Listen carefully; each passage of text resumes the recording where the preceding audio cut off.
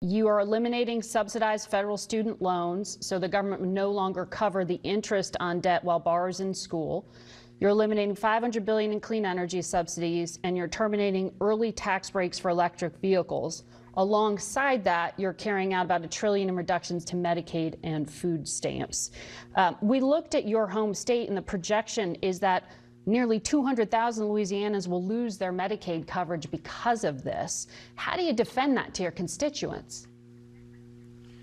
We have not cut Medicaid, and we have not cut SNAP. What we're doing, Margaret, is working on fraud, waste, and abuse. And everyone in Louisiana and around the country understands that that's a responsibility of Congress. Just in Medicaid, for example, you've got 1.4 million illegal aliens receiving those benefits. That is not what Medicaid is intended for. It's intended for vulnerable populations, for young, single, pregnant women, and the elderly and the disabled, and people who desperately need those resources. Right now, they're being drained by fraud, waste, and abuse. You got about 4.8 million people on Medicaid right now nationwide who are able-bodied workers, young men, for example, who are not working, who are taking advantage of the system. If you are able to work and you refuse to do so, you are defrauding the system, you're cheating the system, and no one in the country believes that that's right. So there's a moral component to what we're doing, and when you make young men work, it's good for them, it's good for their dignity, it's good for their self-worth, and it's good for the community that they live in. Sure, but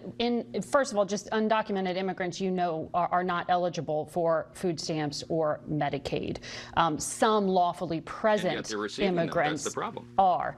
So the 190,000 Louisianas that are projected by KFF as losing their Medicaid, your position is they were just lazy, not working, that they were undocumented? What about them? How do you defend that they will be losing their benefits?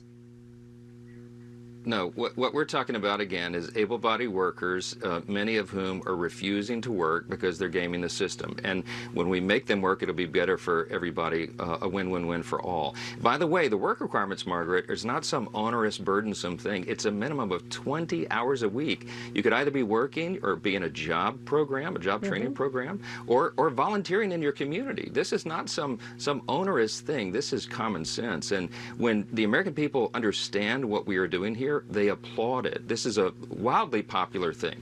But because we have to preserve the programs, what we're doing is strengthening Medicaid and SNAP so that they can exist, so that they'll be there for the people that desperately need it the most, and it's not being taken advantage of. And this is something that everybody in Congress, Republicans and Democrats, should agree to. Well,